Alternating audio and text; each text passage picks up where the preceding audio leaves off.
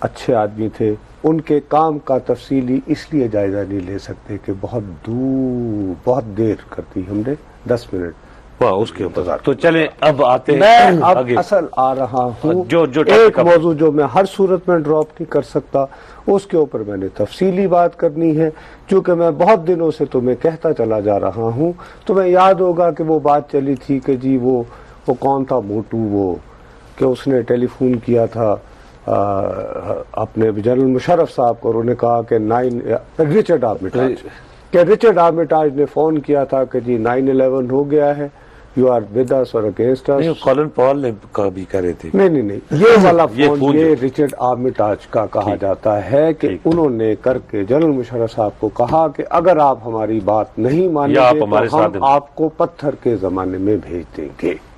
اچھا, وہ رچرڈ آرمیٹاج کمبخت مارا جو ہے وہ تو ہمیں پتھر کے زمانے میں نہ بھیج پایا, لیکن ہم انتہائی خشوع و خضوع سے گزشتہ چند برسوں سے جو ہے پتھر کے زمانے کی طرف جاتے چلے جا رہے ہیں. اور اس کا تازہ ترین شاخسانہ آج بار ٹک کر چل رہے تھے کہ غوث بخش مہر صاحب کی گرفتاری کے لیے شکارپور پولیس چھاپے مار رہی. غوث بخش مہر صاحب مہر قبیلے کے سردار ہیں. جب سے میں پیدا ہوا ہوں کہ سیاسی طور پر جرنلسٹ کے طور پر ماشاءاللہ کسی نہ کسی اسمبلی میں موجود بھی رہے ہیں, ہر حکومت میں وزیر شفیع بھی بنے رہتے ہیں. آج کل فی الوقت وہ فنکشنل مسلم لیگ کے ساتھ ہی اٹکے ہوئے ہیں. انہیں ڈھونڈنا شاید اتنا بڑا ایشو نہیں ہے. ایک بات تو یہ ہے. دوسری بات یہ ہے کہ یہ جو پورا قضیہ ہے اس کو تھوڑا سا ہم لوگوں کے ذہن میں اپنے ایک پکچر بنی ہوتی ہے نا, سندھ وڈیرا پرانا زمانہ کاروکاری جرگہ, ہاں ٹک ٹک ٹک, اور واقعہ تو ہوا بھی ایسے ہی, زیادہ تر ایسے نہیں ہوا. یہ والا واقعہ اس کا تھوڑا سا پرسپیکٹو جو ہے وہ کلیئر کرنا نہیں ہے اسی طرح کا قضیہ, لیکن بہت سارا کنفیوژن ہے. بنیادی بات یہ ہے کہ مہر قبیلے کی 2 بچیاں تھیں. ٹھیک ہے. وہ 2 بچیاں جو ہیں ان کی جاگرانی ایک قبیلہ ہے, ان کے 2 لڑکوں کے ساتھ کو تعلق واسطہ ہو گیا. وہ دونوں خواتین جو ہیں گھر سے چلیں اور انہوں نے یہ فیصلہ اس نیت کے ساتھ کہ وہ ان دونوں سے شادی کریں. ٹھیک ہے. ٹھیک ہو گئی بات. جب یہ وہاں پہنچی, ٹھیک, کیونکہ یہ خیرپور وغیرہ کے علاقے کے پاس کہیں رہتے ہیں, شکارپور سے شکار, ٹھیک ہے, جاگیرانی. ٹھیک. جب وہاں گئے تو جاگیرانی وہ جو باقی جو قبیلے کے لوگ تو کہا ارے یار یہ تو بڑے تکڑے قبیلے کی لڑکیاں ہیں, ہم پہ مصیبت آئے گی. ٹھیک. تو وہ ان لوگوں نے جا کے ان کو ان کے ماں باپ کے گھر چھوڑ دیا. شادی نہیں کی اس سے, ان کے ساتھ شادی نہیں ہونے دی. جب ظاہر ہے کہ محلے میں علاقے میں بات پھیلی تو بزرگ آئے, انہوں نے بچیوں کو لیا اور لے جا کر ان کے ماں باپ کے گھر پہنچا دیا, اور انہوں نے آگے سے مار دیا. اب صورت احوال یہ ہے کہ ان میں سے ایک صاحب کی بیٹی, آپ دیکھیے کہ آپ یہ دیکھیے کہ آپ کی مستقبل کی نسلیں, میں جو تمہیں کہتا ہوں نا کہ ہمیں سوشل ریفارم کے لیے بہت بڑی سٹرگل کرنے کی ضرورت ہے. یہ ایک اسکول کے ٹیچر ہیں, ان کی جو ایک ان کی بچی ہے اور ایک ان کی بھتیجی. ٹھیک ہے. ان لوگوں نے خود مارا اور کہا یہ جاتا ہے کہ ان کے بیٹے ثناء اللہ صاحب نے مارا. اب یہ بیٹا کیوں مارتا ہے اس کی بھی وجہ ہوتی ہے. ہوتا یہ ہے کہ اللہ معاف کرے, یہ بندہ ہے, اس کی بہن گئی تو کارو ہو گئی, بھائی نے بہن کو عزت کے نام پر مار دیا. اب ایگریو پارٹی ہو گئے ابا جی, فیملی, اس نے قصاص اور دیت, یعنی اس نے وہ قتل معاف کر دیا اپنے بیٹے کا, جس نے یعنی ابا حضور نے اپنے مروا کے بیٹے سے بچی کو کہا بیٹے کو ہی, یا بیٹے نے بھی وہ ٹک کر کے یہ وہ, ٹھیک ہے نا جی. اچھا, اب یہ جب واقعہ ہو گیا تو اس کے بعد یہ لوگ اپنے سردار کے پاس پہنچے. ٹھیک. کہ جی ہم نے تو ہماری بچیاں جو وری کاری ہوئی تھیں ان کو تو ہم نے فارغ کر دیا, اب ان لڑکوں کا کچھ کریں, ان کو لے کچھ کریں. اب وہ جو لڑکے ہیں انہوں نے کارا ہونے سے بچنے کے لیے, کارو ہونے سے بچنے کے لیے, جان بچانے کے لیے کہا کہ جناب اتنے پیسے 24 لاکھ جو ہماری خیرپور سے کالر ہے. چلے, السلام علیکم.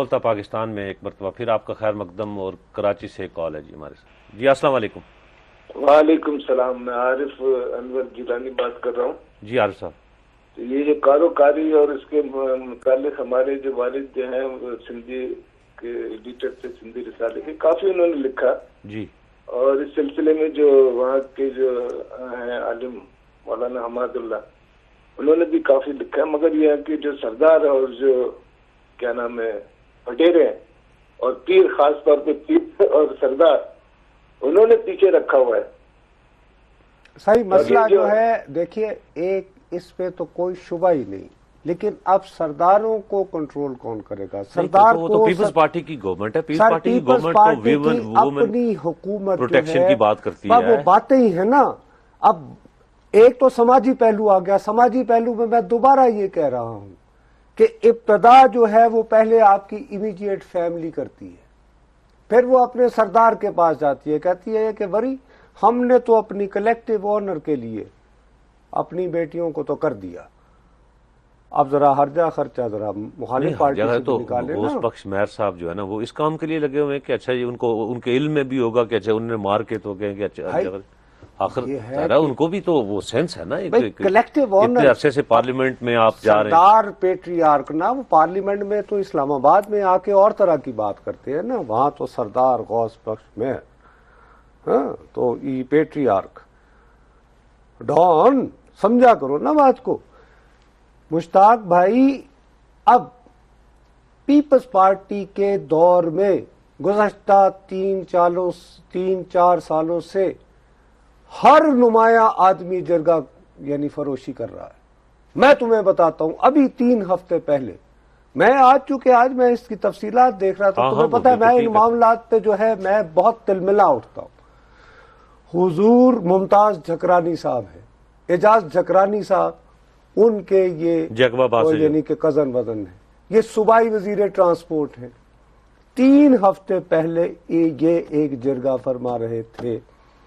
اس جرگے کے اندر ہی ظاہر ہے کو معاملہ کہیں جس میں وہ مر نہیں رہا تھا، ایک دوسرے پہ گولی چلی، بندے مر گئے. بالکل صحیح، ٹھیک ہے نا سر، چونکہ عدالت میں تو نہیں مارے جاتے نا ایک دوسروں کے ساتھ. اب پولیٹیکلی اسپیکنگ جب وہاں بیٹھی ہوئی حکومت، کیوں اب جیسے یہی شکارپور لے لو، شکارپور میں باقی جتنے سردار ہیں سوائے جتوئیوں کے، کیونکہ وہ اپنے طور پر تھوڑے سے تکڑے ہیں اور مرتضیٰ جتوئی سے ویسے بات چیت چل رہی ہے تو دیکھیں اللہ خیر کرے گا، باقی سارے سوائے غوث بخش مہر کے جو ہیں وہ آ چکے ہیں.